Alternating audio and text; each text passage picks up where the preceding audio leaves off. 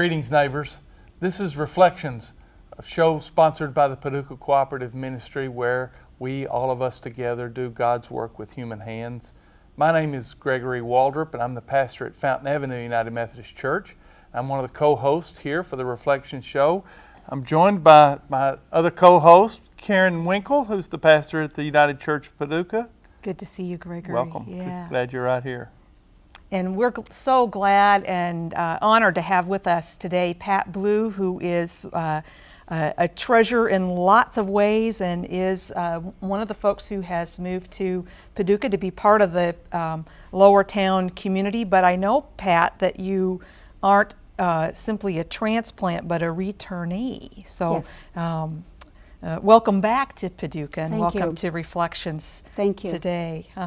One of the things that we're doing with Reflections on a regular basis is visiting with artists and creative folks about the connection between spirituality and the creative process. And one of the things that I know from conversations with you is how significant that process is, not simply the end product. And so I am looking forward to hearing about that process for you and the connection between creativity and spirituality. So welcome. Welcome. Thank you for inviting me. I appreciate the opportunity to talk about my spirituality and its importance to my work. This is an opportunity that all artists feel when they're invited to give a lecture or to write a piece or show. It provides an opportunity for us to reflect upon our work, because I feel that with my work, it's driven from someplace within me, and often I don't think about it at all, about what I'm doing. I don't plan it as an illustrator would or a graphic artist, or perhaps in the way a director might have to plan, his or her film. So it's later, and it's also others that help me see what I've done or what it's about. I usually work from a pretty unconscious place, an inner place. So I think spirituality is part of that. Spirituality is what guides my journey as an artist. And spirituality, that is a part of the unconscious parts of our lives as well as the conscious part. I know I have a couple of folks whom I trust a great deal who are confident that life is, the larger part of life is unconscious than conscious. It's conscious. True. And I'm intrigued that you use that. Well, my work is very inspired by philosophy, psychology, theology, by literature. So I do as much reading and as much writing as I do photography. The photography is a small part of it, really. It's my service. I consider my photography my service. And it's about connecting with the other outside of myself. And it's a way for me to understand and to allow other people to speak through my work. Mm-hmm. So when did you understand, because your primary art form is photography, although I know that you also have the heart of a writer. Talk about just a little bit about how that presented itself, how you became to know yourself as a photographer. I started making art, sculpture primarily, and some painting early on. I had no art training. I didn't take that the elective in high school, which was art. I think I took speech, but I didn't take art. I had no art background at all. I don't recall making art at all when I was a child. It wasn't, but I did really experience an amazing epiphany when I was in an English class in my high school, and we had to write to music. We had to express ourselves through listening to music. And we had to sort of write in an unconscious way, like automatic writing or stream of consciousness writing. And I just felt like I had just bloomed, or I had just, dived from some wonderful height, in the sky. And it's one thing that excited me, and it was after that experience that I realized that I wanted to travel. I wanted to experience other lives and other places. I wanted to know more, and I wanted to write about it. So my photography came much later. It really didn't arrive until I was in my third year of undergraduate school, and I took a photography class. It was a hand-picked photography class. They really didn't have photography as an art. It was in the 70s, and I was studying art history and painting and sculpture. My major was sculpture, and I took a photography class in my junior year. But my father was an amateur, a very, very, I don't know, very, what would I say, a very advanced amateur, or dedicated. A dedicated amateur. And so I grew up with photography. I grew up with a dark room. I grew up with big cameras and lights, and my father was quite serious about it. So I suppose that I was a way of connecting to something that I once had in my life, that I knew something about. Well, tell us about your art these days. What is there to? These days. Yeah, tell us about it. Well, my art, I should go back to say one thing in response sure. to Karen's question. I really did start doing photography in a more serious way before I was an undergraduate, but it was not as an artist. It was as a social worker, a case manager with a social services agency in upstate New York, a very rural area, and it was the period of the anti-poverty program. It was the Vietnam War anti-poverty program. We had funds to help people. There were Vista volunteers. So I was in a government car driving around on a dirty road, stopping into people's homes and providing them with education about child care, about nutrition, and taking kids to library programs on the weekend, working with neighborhood youth corps, helping them develop garden projects to make a little money. And I loved that work. I just loved it. I thrived in that environment. And it was from there that I went to school. It was from there that I went to college, and I studied biology primarily at first, and then finally I studied all the other arts and just felt that I was the best at photography. I was just good at it. Great. And that's... So now my work has come to not a focused place, but a more amorphous place, I would say. I'm much more in the place of letting go at this point. So I'm trying to do things like set up a website. And I don't know, my work it's different now. It's not as intense. I feel like I burned out at a point. And I started to write and wrote a book in the late 80s, started to write in the late 80s. And when I went to graduate school, I started to write. I think in rebellion against the school, I began to write instead of do art. But so I think my art now it's a combination of writing and making books, that I put words and pictures together. They don't have to be my pictures. I'm very intrigued with vernacular images that just ordinary people make. And I make stories, putting those two elements together. And for somebody who works from a more unconscious place, that makes sense, that you are, there's this process that is unfolding and as you live your life, and you're kind of noticing what that process is rather than directing it. You're responding to that. That's so true. It absolutely is. So I am responding in a very organic way so that to might, where I am. A person out of the Christian tradition might think of that in terms of being led by the Spirit. I'm not saying that you would say that. I'm just trying to think of how a person of faith might understand that. I'm led by some angel. I really feel that I have angels, and I am led from a very early age, from the time I was a first grader at St. Mary's Academy. I felt that it was my sister, the sister who taught my first grade, that I still feel is my angel. And I'm not the only one that feels this way about this sister. Since I've been here, I've reconnected with others that have a memory of this particular sister who died in her 90s, just about 5 years before I arrived back in Paducah. Her name is Sister Rose Henrietta. And she was just a gentle soul. And she provided the school, St. Mary's, provided a refuge for me. And the Catholic Church provided a refuge for me from a troubled home.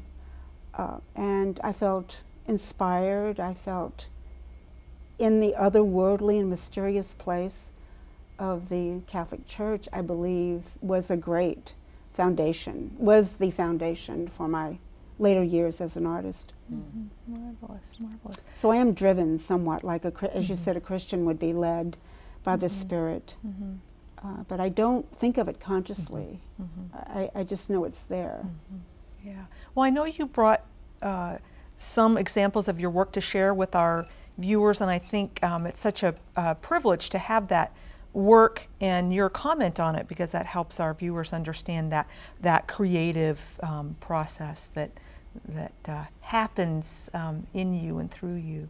It does. Yeah. It's all of it. Yeah. Really. Yeah. Well, let's turn now and look. I know you brought a number of things, Okay. and on the screen now is this. Share with us this image. This image is a photograph of me with my camera on St. Catherine's Island, which is off the coast of Georgia. It's a research island that's where the research is done for the Bronx Zoo and for the Museum of Natural History. I was hired to photograph the work of a physical anthropologist, and they were unearthing the remains of a church and the slaves and the indigenous people on the island, like 1600s. And that was an amazing experience because no one else is there except researchers. And it was just an incredible experience. I loved it of all my experiences as a photographer. So for me, I like to make pictures of myself in places where I'm in bliss, where I have happiness. I want to remember that feeling. Are you ready for the next one? Next, yes.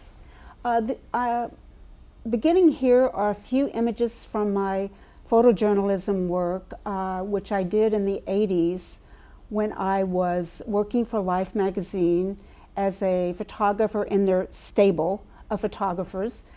This is a woman in the chronic care hospital on an island off Manhattan, New York City. And she's, I assume, has Alzheimer's. Her husband's in the background, and it's a place of no return. This hospital is called that by many, including the husband. Next. This is in a hospital in Massachusetts. It was on the right is the director of the hospital, and they are doing some innovative work with coma patients. And this is a young man who was a baseball player who's now in coma. His family's on the left, his trophies in the back, the Sacred Heart of Jesus on the wall, and a photograph, a newspaper article of a game that he played in which they won. He was a star. Next. This is from a phobia piece that I did. I can't remember if I did that for Life magazine or People magazine. I can't remember which magazine it was, but it was on phobia, agoraphobia. It was in Washington, D.C. And this woman is working with a therapist to help her overcome her fear of leaving her home. Next. This is called Babies Having Babies. It was a story in Life magazine that depicts, this is a young mother who's 15. Her name is Terry, and she's visiting with her baby for the first and last time. This is a home for young mothers. Her baby will be adopted, and this is a special room where she is that allows her to stay there with the baby until she decides to relinquish the infant. I know you worked in this area also. I knew of a grant that you'd done, not exactly in this same way, but to help young women who had babies, I think, with Young photography. mothers. Yeah, young mothers. Yeah, I have Use photography as connected to I them. think you're here in Paducah? Yeah, in Paducah. Yes, that's my Young Mothers project, where I wanted to work with young mothers and did somewhat work with young mothers. I'm very sensitive to the needs of young mothers. Right. So we'll return to the images that you brought. Okay. Oh, I just thought you might want to see some of my student work, because I was a teacher most of my life in a university or at the International Center of Photography, teaching photography. My photography I'm teaching it as a spiritual calling, I would say. I'm working with students to encourage and inspire them to do meaningful work using the camera. And I believe that I was inspired by Cornell Kappa, who is part of a belief in, or established the term, the concerned photographer. He's the innovator and the founder of the International Center of Photography, which was founded to honor 5 war photographers who died. And it was a place to honor their work and to maintain documentary photography. That's very important. That documentary photography is the type that tells the stories of lives of people, hidden lives, people living in the margins of life. It's a social commentary kind of photography. So my student work is, what I teach is that. I teach myself, basically, in my classes. I teach what I think is important to do. So this is from a catalog called Still Lives, and which is there. Catalog, which is my students' work. This is one of my students, Zoya, and this is her sister. I asked the students at Kane University in New Jersey to photograph what they cared about. And we did an exhibition. This is from the exhibition catalog called Still Lives. And each person in the show, there were 10 photographers. Of my students, I chose 10. And they photographed and showed what was really important to them, something in their life that was important. And they all the students did amazing, amazing work. But you can go to the next one. This is a student I will never forget called Bogdan, who did the most amazing work. Just from his own being, he just went out and photographed, and these are his words. And Ropes and chains penetrating frigid waters for an unknown distance. Yes. It's very conceptual work for someone who's never been to a museum. It's work that comes from a deep, deep place within him, where he is able to, in a very naive way, and I think the naivete is the thing that I try very hard to allow to surface with each student. He's able to show us something, how he feels. This is how he feels. When he sees that, that's what the feeling that's conjured up is. These chains in the water. He's attracted to that image by something in him. Yes. Yeah. And there's something primal about that. It is. Yeah. But he focused on it. It's nothing to someone else. You can go to the next one. And that says, you don't understand, you see, I'm not really who you think I am. I have a nice house and a nice mother, brother, father, grandfather, grandmother, dog, and cat. This young man was adopted and had many sorrows and many issues about his identity and who he was, and never felt good enough. And this is a self-portrait, is it? This is the self-portrait, and these are his words.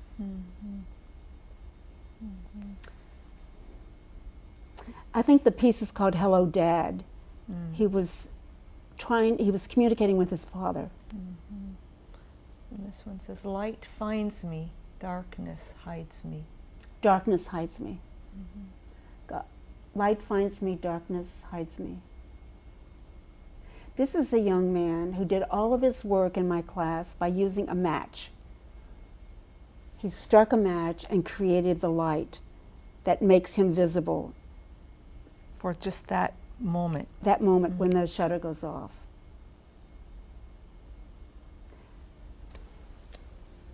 Is this what happens when we put off for tomorrow things that can be done today?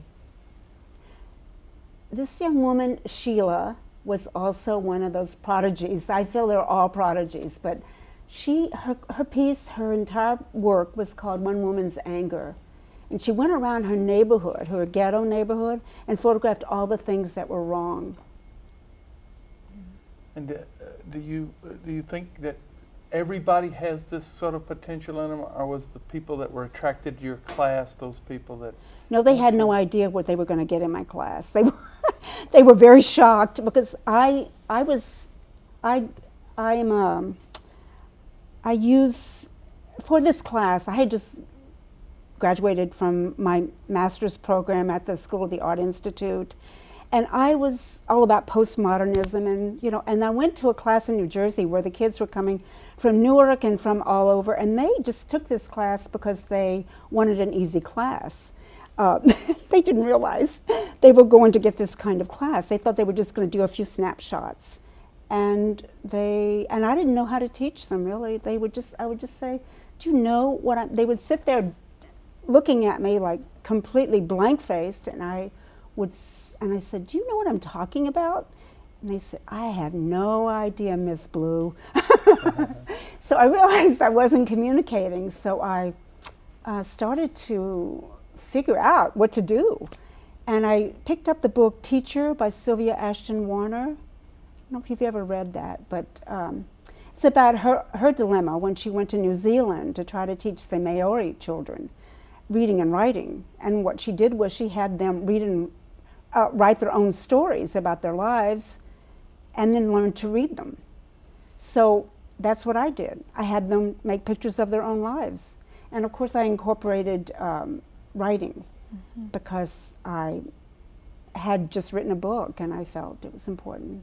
The writing was important. But in order for that to be successful, which it clearly was in your case, the teacher has to be able to create a very powerful, fertile, safe environment so that because you were talking about that, the naivete, that in order for that to come forward has to be a very, very safe environment. And so in a sense, it's a sacred place for what is in those students or in those budding creators to come forward. And I just want to lift that up because I do think that's wonderful, Karen. That is a quality I think that I associate with God. Not to say that you are God, but that God wants us to experience ourselves in a space that is safe so that what is within us can come forward as naturally and unself-consciously as your students created in your class. Right. That is just amazing. That's wonderful. This is what I mean. I learned so much from others about what it is that I'm doing.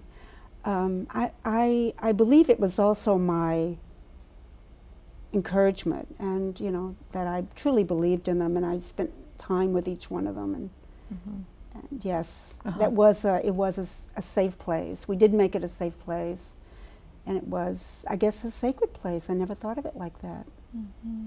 And did that get repeated, those kind of experiences in your teaching? And every class. This is how I taught the classes. And they made books. My class, this is photo 1.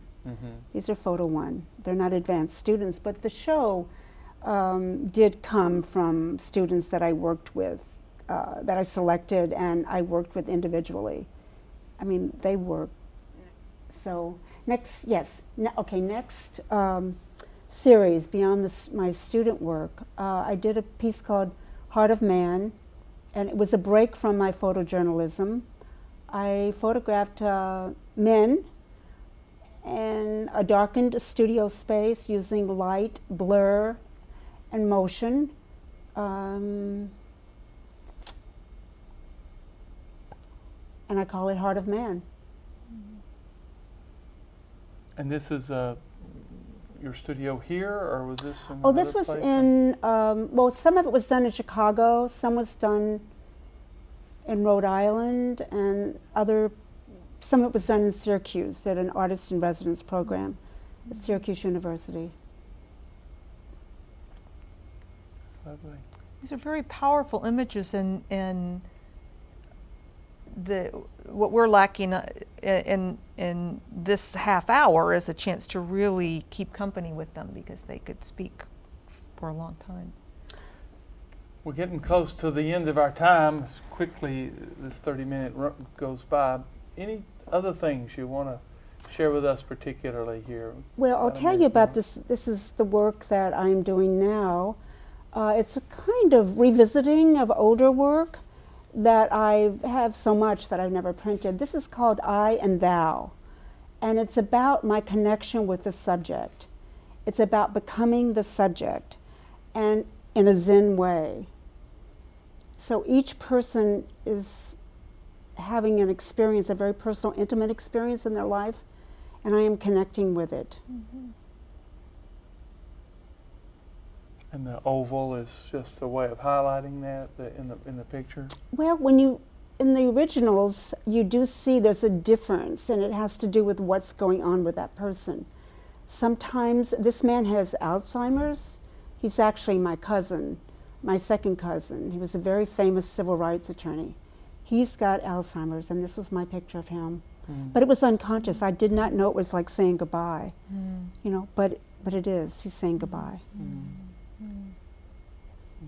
We could go on and on, couldn't we? Indeed, indeed. Pat, this has been such a rich time with you. If someone wanted to be in contact with you about your work, how would they find you here in Paducah? They could, I have a website. It's just a web page. It's just patblue.com.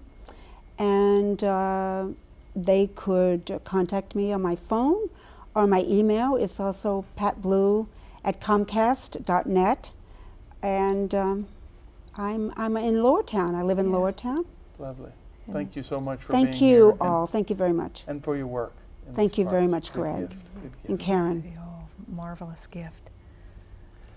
Well, we are glad you've been with us this 30 minutes. I'm so sorry. I talked too much, right? You haven't. No. That's great. Yeah. I'm We- so sorry. We hope that wherever you are and whenever you can, you will do with us God's work with human hands. We'll see you the next time. Shalom. Shalom.